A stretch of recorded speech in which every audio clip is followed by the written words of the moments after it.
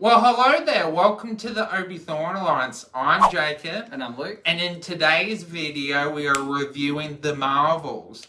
Like and subscribe and stick around to find out if we liked it or not.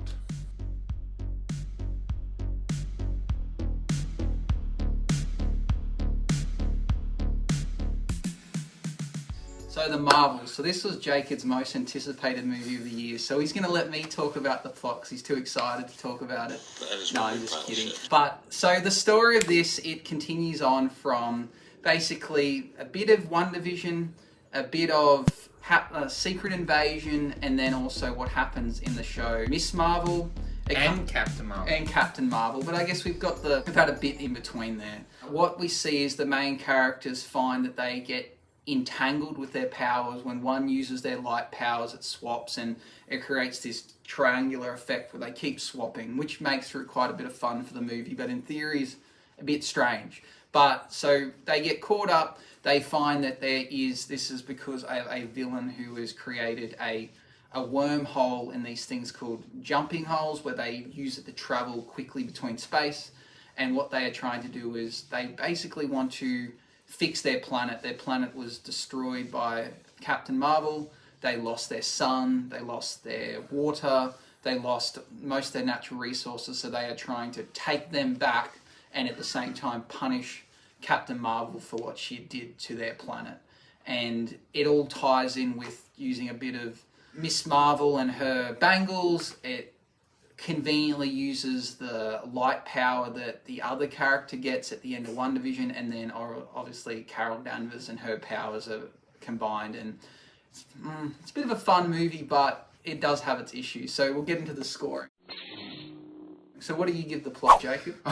I give this a 2. For me, the most entertaining scene was when the movie was finished and we get some connectivity with the young Avengers and the very entertaining, won't spoil it, inklings of where this could possibly lead into of future MCU projects. But as in for this movie, I found it when it comes to the powers swapping, basically when the plot wanted that to happen, it happened, and then when someone used their powers for some reason, it didn't happen. What the writers didn't explain that. There was one scene when it's like, oh, where's Kamala Khan? Then she's falling. It's like the plot made her stop falling and then she kept falling. What doesn't happen, she would have kept falling and then died. It's like we had to have her save Kamala Khan. There's just so many plot conveniences.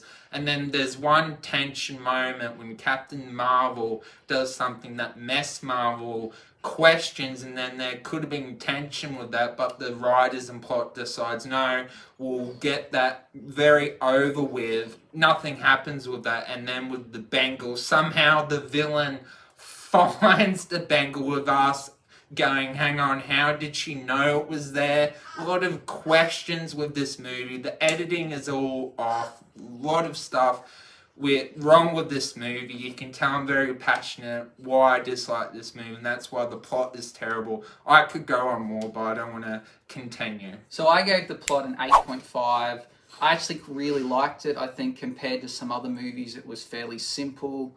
I think the villain made a lot of sense. They wanted to seek revenge for what happened to them. They simply wanted to get the natural resources back. They found the bangle. We didn't see why, but we know that it's an ancient artifact that they've obviously been searching for a long time. So I'm happy with that. I don't need to see several movies explaining why and how they found it. They just did. I think linking the 3 characters together that had similar powers using light was quite cool. I think there's a lot of fun scenes. I think having the power swaps worked nicely because otherwise I think Carol Danvers would have beaten everyone too easily. I think it was a way to kind of even the playing field where if she went to use her best power, she was forced to swap with someone else, which could risk putting someone else in a risky situation. So I think it was kind of evening the playing field because she is fairly powerful and it's almost unfair at times. And yeah, overall fun. We had a bit of a musical scene in there. We got to see some other planets. I just thought it fitted the type of character. Carol Danvers is pretty sour and boring. Obviously, Miss Marvel is very fun and she's obsessed with Captain Marvel, and I think it just tied in really well, giving them each their bit of mixture together. I'm excited for what it's opened up, as Jacob said, with the Young Avengers. So I think it was a cool kind of breather movie that didn't need to be too serious and was just light-hearted and fun in nature. So what do you give the acting? This is the highest score that it got. The acting, I really like Kamala Khan. Brie Larson's Captain Marvel. I actually thought she had a little bit more fun with this role, unlike the first movie with Captain Marvel.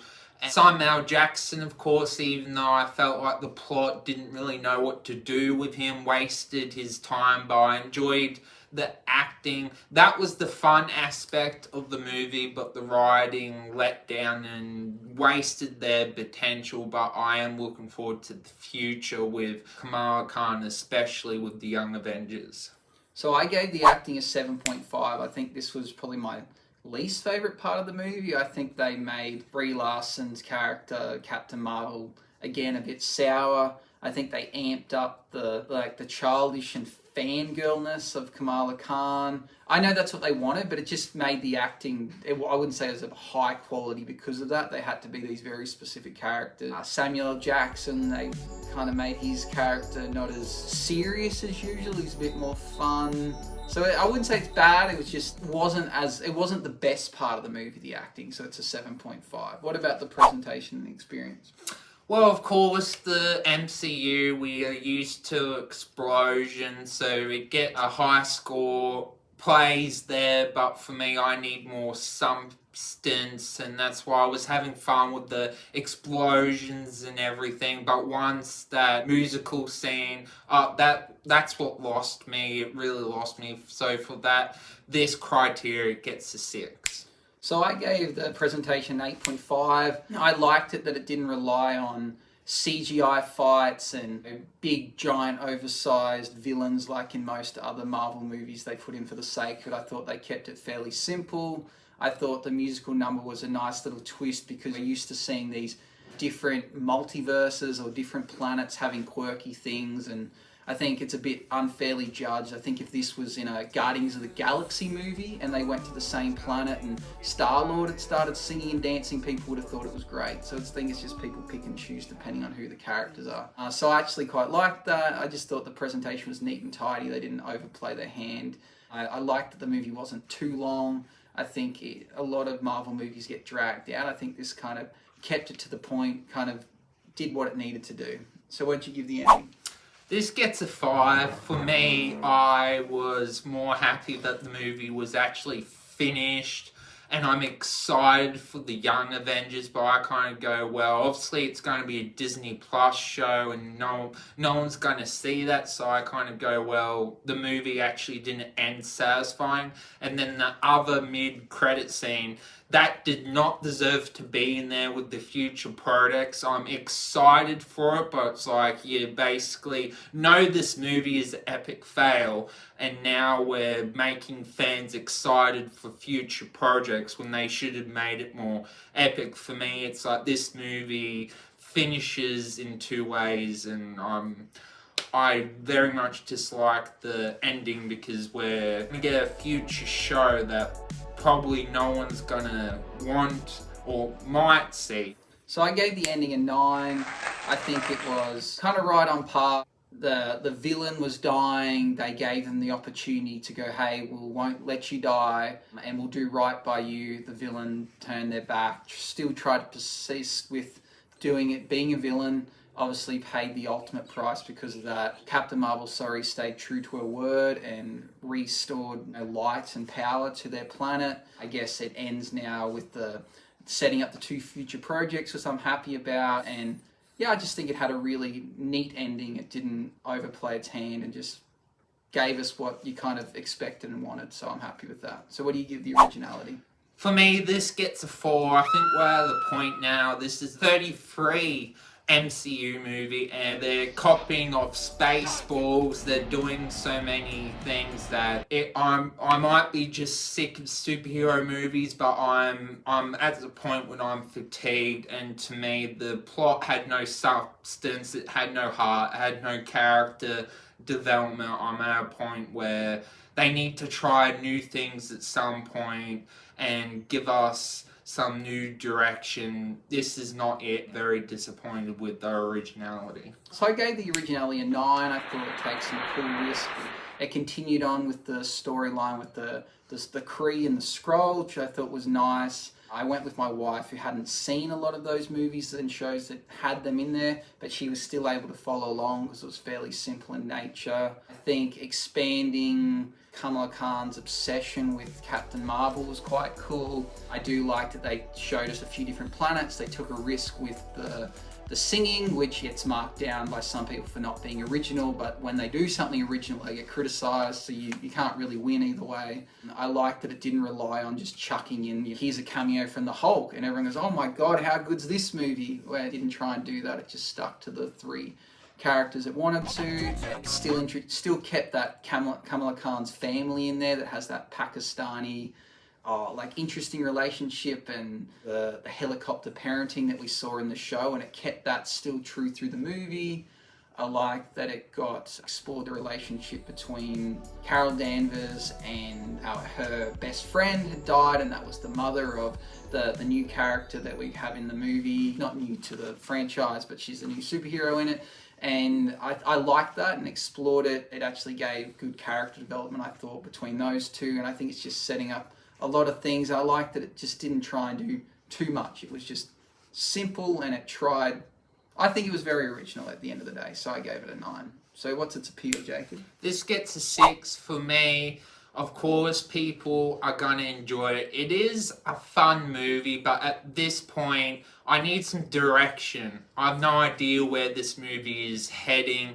Like with Loki, I know where that story had a beginning, middle, and end. This movie was directionless with the editing and everything about it. If it wasn't for those 2 scenes at the end for further projects along the road, this had nothing to it.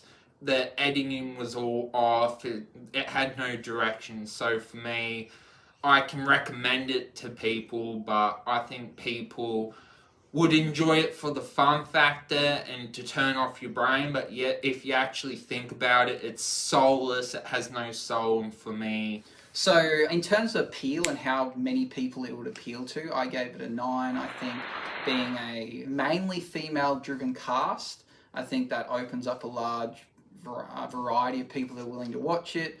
I think it had a very difference in superheroes, not just your same typical Avenger characters that you see in most movies. I think the storyline was simple to follow. I think it really appealed to a lot of people. I saw a lot of young girls at the movies when I went to see it, and I also saw a lot of couples, so it was moved away from the usual demographic that you see go to Marvel movies, which I think is nice that Marvel are trying to be inclusive instead of just appeal to the same people every time. Instead, they're trying to widen people's opinions and their minds. So I think it appealed to a lot of people, so I gave it a 9. What about the recommendability? This gets a 5. I think, like what Luke said, it's going to appeal to females, couples, because it's a fun movie to do with that. But when it comes to the core fan base that wants a story moving forward, it's not going to appeal to someone like me that has been watching it and the TV shows. I feel like I'm almost done with this franchise. I'm at the breaking point. Something needs to save it, and unfortunately they are moving in direction when they're trying to appeal to everyone, when I think that's what they shouldn't be doing. They need to write good stories that appeals to everyone, but write good stories instead of writing bad stories. So in terms of recommendability, this is where I gave it its highest score, a 9.5. So I think, as I mentioned before, and its appeal, I think I could easily recommend it to people because I don't think you have to have watched everything, but if you did, it helped. I think it was fairly simple in nature. I think the plot was pretty tidy. I liked the direction of it. I think it explained itself pretty well. It had an ending to it. It clear ended the story. We're not expecting another villain to come back and seek revenge.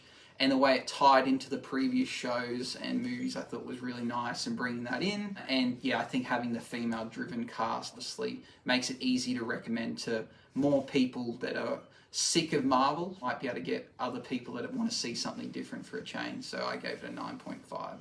What about rewatchability? For me, this gets a 1. I don't intend on watching this ever again unless I'm going through a binge watch of all the movies and I have to watch it. For me, it did not grab my attention span. I found it quite not that enjoyable, but like I said, if I have to watch it when I binge watch movies, I will watch it, yeah. So in terms of rewatchability, I gave it an 8.5. I thought it was easy, simple, lighthearted. I think I could watch it again. I probably wouldn't watch it over and over, but I'd like to watch it, see if there's any things I missed I didn't pick up the first time. But I think given the shortness in nature and the fact that it's not too content heavy, I think I could watch this again fairly easily. So what was your total score, Jacob? Unfortunately, and I'm a big MCU fan, but when something is bad, it has to be truthful, and this gets a 45%. It has no soul, no something. The writing is terrible, in my opinion, compared to Loki that had a plan. We had a destination. What with this movie, I do not find it enjoyable.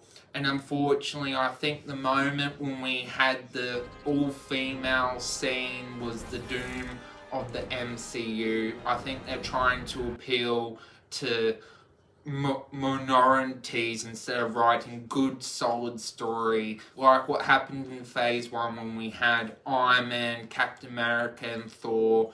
We got to understand the person instead of writing background music. So unfortunately, this is not a great movie. I would not recommend seeing it unless you're someone like us that are big MCU fans. But unfortunately, this movie is garbage and I would not recommend seeing it. So I gave it 87%. I think it's probably one of my top 5 movies of the year. I thought it was, as I've said several times, I thought the plot was very simple, easy to follow. I think it carried on really well from the Captain Marvel movie, introducing what we saw in the television series of Secret Invasion. We expanded upon the Skrulls again being refugees. We started to feel something for the Kree, who had basically their planet taken away from them.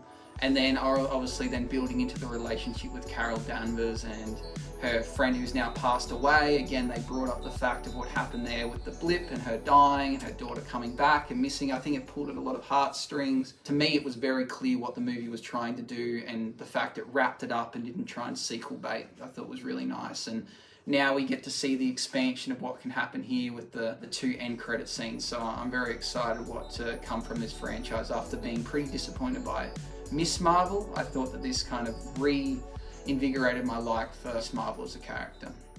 Yeah. So as always, comment down below which side of the fence are you on. Do you agree with me or Luke? Be very curious to know. As always, like and subscribe. There's videos at the end. Go check them out. And you are awesome and keep being awesome. Bye-bye.